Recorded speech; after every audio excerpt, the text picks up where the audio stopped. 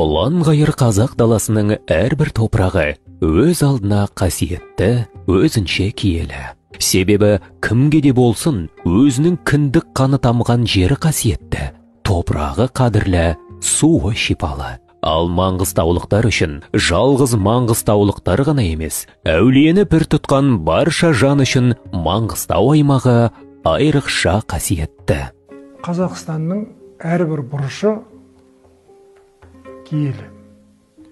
Қай ауылына бармай, Қазақстанның солтүстіктегі болсын, тонау тіпті шығыс Қазақстан болсын, сол жердегі тұрғындардың барлығына жеріміз киелі, пәлен деген қасиетті бұлақтың суын ішкен адамдармыз деп жатады.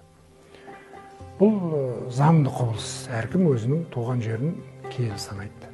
Бірақ біздің Маңғыстаудың үлкен ғылыми дәрежеде дәлелденген ерекшеліктері бар. Маңғыстаудың киелілігін арттырып тұрған ерекшелігі де әулиелі аймақ болғандығы. Елге Маңғыстау мекені пір-бекет бастаған 360 әулиенің аймағы ретінде мәшһүр. Сол себепті де Мұрат Мөңкеұлы Маңғыстаудың ойында 360 әулие, 5 намаздың жайы үшін қадамын санап басқан жер деп осы аймақты жырға қосқан. Тіпті бұл аймақтардың пайғамбарларға да мекен болғандығы айтылады.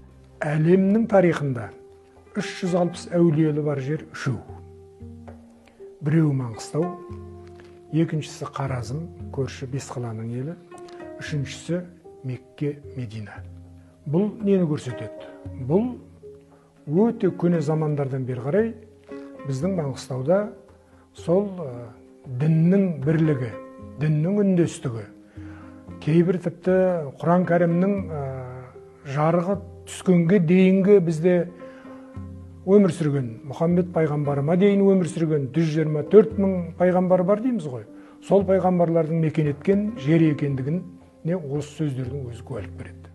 Маңғыстау аймағының қасиеттілігін осы аймаққа дін исламның да ертеден бастап етек жайғандығы себеп болса керек. Бұған да дәлел жоқ емес. Адайдың, мысалы үшін, Мұңал деген баласы бар.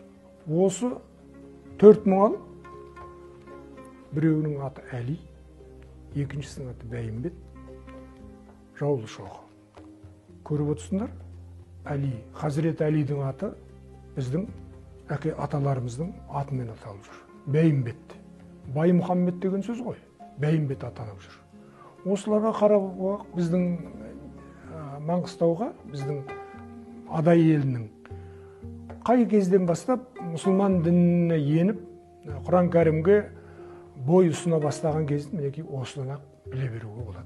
Сопылық ілімнен кең тараған аймағы болған Маңғыстау көптеген сопыларды тәрбиелеп шыққанымен де танымал. Бұл да өз кезегінде осы аймақтың салмағын арттырып отырғаны жасырын емес. Туған жиені Назар Қожаның, Әлменбеттің қызы Жәнештен туған Бекет ата, бұл да аса көрнекті суфиіміз. Нақшбандия тарихатының көрнекті өкілі. Басқа одан кейінгі ата аталатын Тұрмағамбет Хазірет, Оразмағамбет Хазіреттің әкесі, ұруы көрпе. Болмаса Айдар Ишан, күні кешеге дейін өзіміздің ортамызда болған. Ержан Хазірет, Ермұхаммед Хазірет, Абдулла Хазірет, тонау Сағыздың бойындағы.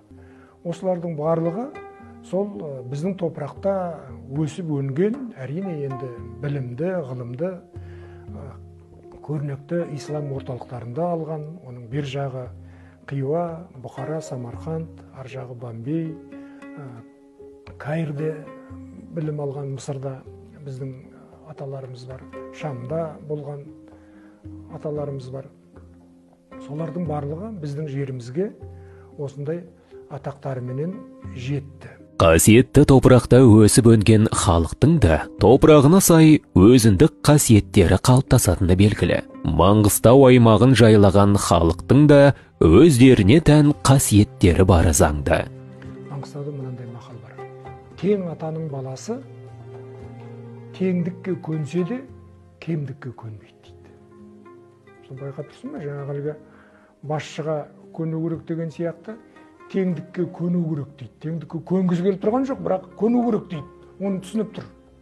Ал кемдікке оған тіптен оны мен басымды кесіп алсаң да оған мен жоқпын дейді. Сонда бұл нені көрсетеді? Мен теңмін дейді. Сосын әділетке ұмтылыс. Маңғыстау тыныш болсын, ел тыныш па, ел аман, жұрт тыныш па деп сұрап жатамыз ғой. Тыныштық болмаса, ол әділеттілік жоқ деген сөз. Бір жерде бірдеңе болып жатыр. Жаңалыққа ұмтылыс. Жаңалыққа ұмтылыстың бір жаман жері бар. Жаман жаңалыққа ұмтылып кетеді. Иә, жаман жаңалыққа ұмтылып кетеді. Ол адамда ар жағында сол бір жаңалық іздеп бір неғып барып жүр. Ертең мысалы үшін мен Маңғыстаудың балаларының ішінен өте көрнекті ғалымдар шығатынына оған мен иманым кәміл оған. Біздің ол қанымызда бар.